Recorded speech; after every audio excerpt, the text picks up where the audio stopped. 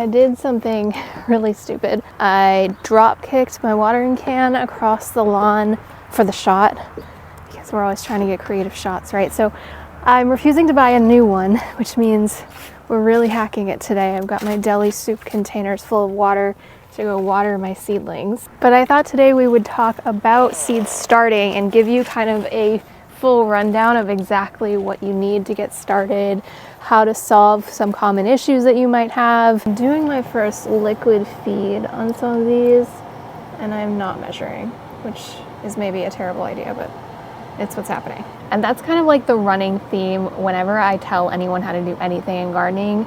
I think you should know the rules, and then I think you should break them, because that's the best way to learn like which ones actually matter and which ones don't. And obviously with fertilizer, you can definitely overdo it, but you can never really underdo it. So no, I'm not doing too much here. As a good rule of thumb, I don't fertilize my seedlings until they've got their first set of true leaves. So we'll only be fertilizing some of these.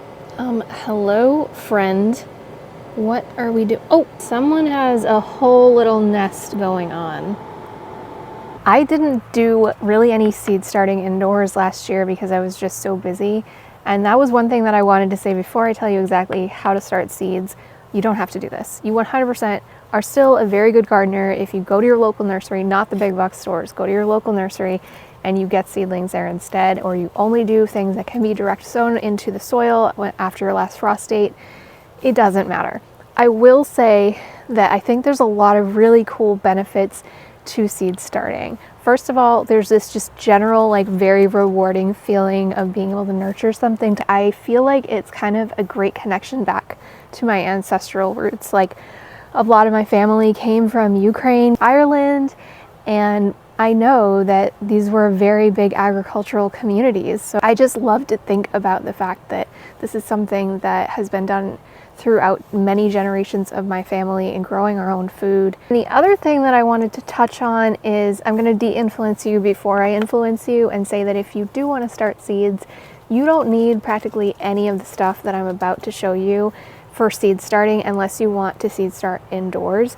If you're on a really tight budget and you just want to experiment this year, I have a video all about winter seed sowing outside in like milk jugs and olive oil containers, and you can do that with literally just a plastic container that you're upcycling, some soil and some seeds. It doesn't work for every seed, it works for a lot of seeds, but here in our cold climates, you wouldn't want to do this for things like peppers and tomatoes and those heat-loving crops, and it's just not as much of a sure thing as starting seeds indoors. So to start seeds indoors, there are a few things that are must-haves. Biggest essentials going to be soil and seeds. For soil, what's the difference between seed starting mix and potting mix? Creaky door. I've used both for seed starting. Potting mix is denser, it has more nutrients in it, but because it's so dense, it can make it really hard for the seedlings to get started, and it also holds a lot more moisture, which can lead to issues with damping off. A seed starting mix is really light and fluffy. It doesn't have any actual soil or dirt in it. So it's more of what we call a growing medium, and it can be made of all sorts of different things. Using a seed starting mix is just really important that you're paying attention to making sure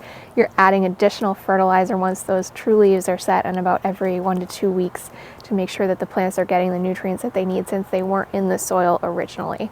One thing that I'll usually do, like with tomatoes, for example, is I'll start the seeds in a seed starting mix, and then when I up-pot them, when they outgrow their container, I'll move on to a potting mix because they're larger at that point, they can handle it, and it gives them more of an extended release of nutrients. I use Coast of Maine soil for pretty much everything in my garden, including their Sprouts seed starting mix. This video is not sponsored, however, I do work with them. Seeds are another one where I have a specific recommendation for you. There's many great seed companies. I highly recommend doing your own research and specifically supporting smaller businesses and not the larger organizations if you can. I have just had the best, absolute best germination rates with these plants, and the plants themselves, once they do grow to full size, are just a lot more productive, more resilient plants. As for what you're going to actually put your seeds into, soil blocking is really popular, especially if you're trying to avoid plastics. I've found that with my arthritis, it's just not feasible for me to be squeezing that plunger thing over and over again. It really hurts my hands. There's also kind of a learning curve with getting the soil mix right so that the blocks stay together, which can be really frustrating if you're just starting out. Unfortunately, a lot of the seed starting trays that are out there are considered to be disposable because they're used by nurseries. It's just a one-off thing that people are buying and then throwing to landfill. Since I knew I was going to be using plastic long-term just for accessibility reasons, I really wanted to find a company where the seed trays were going to last forever, a really long time, and be made of recycled materials. So I'm using these ones from Epic Gardening. These are gonna outlive me though, and I've talked about this already a couple of times. They are so thick, but not only are they thick, they have a couple of hidden features that you might not realize right off the bat that conventional seed trays do not have. So just looking at this 6L for a second, obviously it comes in this adorable pink color, and I'm already trying to convince them they need even more cute colors like this. If you look at it closely, you can see all these slots along the sides. This is for air pruning, and this keeps the roots from circling each other and getting more root bound. The hole on the bottom can also help with that, but the main purpose of the hole on the bottom is so that instead of having to squeeze the sides of the tray, which you really can't even do with these because they're so sturdy and thick, you can actually just pop your finger in to dislodge the seed plug when you're ready to transplant it, which I just find is a lot more comfortable. Again, with my arthritis, it's a lot faster, it does less damage to the roots. So I'll start my tomatoes in the 6Ls and then move them up to the 4Ls, and then depending how they're doing, I might have to move them up one more time. For grow lights, unless you're planning to leave your plants indoors when they reach like the fruiting stage, it's just not as important that you stress yourself out about the exact strength of the light or the spectrum of that light. I know that can be so intimidating for a lot of people, so I will say, as long as it says grow light on it, you're pretty much good to go just for getting your seedlings ready to go outside. I'm using LEDs. I've just got them rigged to one of those cheapo metal wire racks. Make sure you're rigging those lights so that they can be moved up and down and kept within about 2 to 3 inches of the seedlings themselves so that the stems of those seedlings don't get leggy, which means they grow up really kind of skinny with not a lot of leaves and they won't be as strong. I have my grow lights on a timer set for 16 hours. The recommendation is anywhere from 12 to 18. I find 16 works best for me. You don't need anything fancy for the timer either. And if you're planning to start any heat-loving crops like peppers or eggplant, having a couple of heat mats on hand to keep that germination space warm enough for them is definitely a must. Once you have all of these supplies that we've already talked about, this creaky door. If you're not familiar with what your last frost date is, we're gonna have to Google really quick. Just type in your zip code and then the words last frost date. You will probably get 2 or 3 different dates from this result. Don't panic. It's totally fine. There's always going to be variation, and there will be variation within that variation for your microclimate.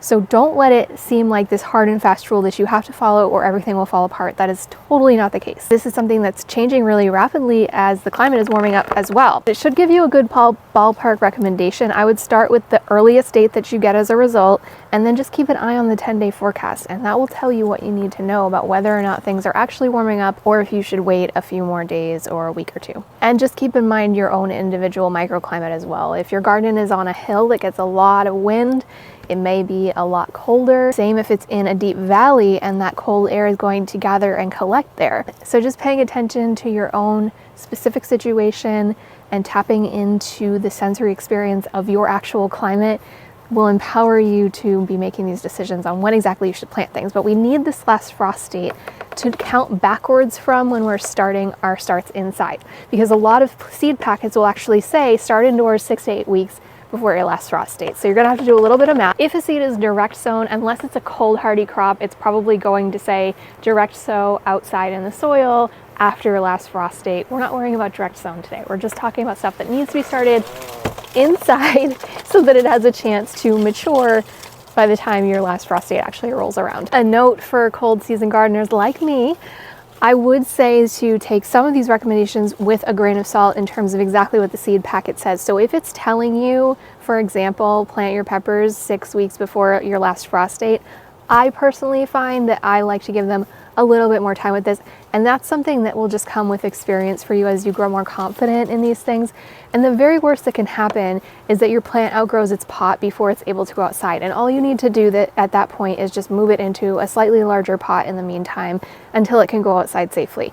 I prefer to have that happen than to be in a situation where the plant hasn't been able to mature as much as I would have liked it to before I move it out. There's a lot of other factors that go into good germination. And if you're not familiar with that term, germination just means the process by which a seed that is just encased in a hard shell actually grows out of it and becomes a seedling. And there's a lot of things that we can do to improve germination rate. I've already mentioned one other, which is making sure you're getting really high quality seeds. I also mentioned using heat mats for things that are heat loving and require certain temperatures in order to germinate properly. Getting your seed depth right is another really important thing. So the general rule of thumb, but it will be on the back of most seed packets, is that your seed should be planted about 2 to 3 times deeper than the width of the seed itself. So carrot seeds, which are really, really tiny, just get sown on the surface. Radish seeds, which are really kind of large for seeds, will get buried up to 1/2 inch deep. A lot of brassicas tend to be around the same size, and those usually end up being like 1/4 inch deep. So this is another thing that once you see like patterns in it, it will become more just like second nature to you as you get more experience. Another way to ensure that those seeds stay at the correct depth and you have better germination is to make sure you're pre-moistening your seed mix before you actually plant the seed in it inside that seed cell tray. This makes it so the seed doesn't move around because the soil's very hydrophobic, especially seed starting mix. It's very dry when you first take it out of the bag. And after you get the seeds into this trays at the correct depth, keeping that moisture level high until they germinate is super important. We do this with moisture domes. Very simple. You can also just use plastic wrap, anything that you can use to cover it. Seeds don't even really need light in order to germinate, so you could cover it with something that's more opaque if you want. But as soon as it germinates, removing that lid is a good idea so that it doesn't stay too damp inside, which can lead to damping off, which we'll get to how to prevent in a second. A lot of seed packets will tell you to put multiple seeds into one cell at a time to increase the odds that that cell has a high germination rate. In the case of certain seeds, I find that this really isn't necessary, especially if you're working with a quality brand. For proper growth, you want to make sure that you're only leaving one seed in each tray. I know it's hard. A lot of the seedlings are edible. If you want to just pop them in your mouth as a snack as you're going, you can try to transplant them if you're really gentle. This works better with some plants than others. You can also just snip off the extra seedlings at the base of them so that you don't disturb the roots of the plant you want to keep. Now, there's a lot of tricks for sowing certain seeds that I won't get into in this particular video. People take a nail clipper to the end of certain squash seeds to help them germinate faster and have more success. You can soak snap peas, which will help them to germinate faster. They're all things that kind of come down the road, though. I don't want you to get overwhelmed with all the different hacks and other ways to do things. Just start with the basics and get that down first. I won't scare you with all the ways that seed starting can go wrong because honestly, it's very, very easy. I know it can seem intimidating at first, but once you get that first tray of seeds going, I guarantee you, you're gonna feel so much more confident, so much more empowered to start the rest of them. We've already talked about how you can prevent your seedlings from going leggy, which is a really common issue, and how to make sure your germination rate is really high. The last issue that we're going to talk about just a little bit is damping off. You'll find that your plants all of a sudden just droop and wilt down to nothing. This is most commonly caused by incorrect moisture levels. So we can control this super easily. If you want, you can try sterilized soil. Buy soil that's pre-sterilized. That will reduce the chance of the fungi that causes damping off to be present. You could also, when you're pre-moistening your soil, you could try using boiling water to help sterilize and making sure all the containers that you're using, if you're reusing containers from last year, have been cleaned out with at least soapy water, if not sterilized in a bleach mixture. The two best ways to prevent damping off from happening are controlling moisture after those seeds have already been planted. And we're gonna do this two ways. First, we're gonna bottom water. To bottom water, all you're gonna do is pour water directly into the tray that the seedlings are sitting in, and they'll suck that up. That will make them develop much stronger, deeper root systems as well, keep the surface from getting wet in the first place so that fungus can't form. And the second thing that we can do is ensure adequate air circulation, and we can do this with a fan. This will actually also strengthen the stems because it's mimicking wind. I know that was a lot of information, but I hope it made it feel more accessible for you because honestly, anybody can do this, I promise. And it's so much cheaper, so much more affordable than getting seedlings from the nursery.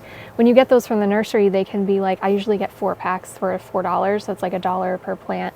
Sometimes there's multiple plants in each little cell, but still, if I'm getting a seed pack for $4, that usually has 20, 40, 100 seeds in it. Even when you have to pay for the initial setup of getting the grow lights and everything in place, it's still going to save you money over getting seedlings from a nursery. And you get to learn a new skill that I think is super rewarding. Thank you so much for gardening with me, and happy growing.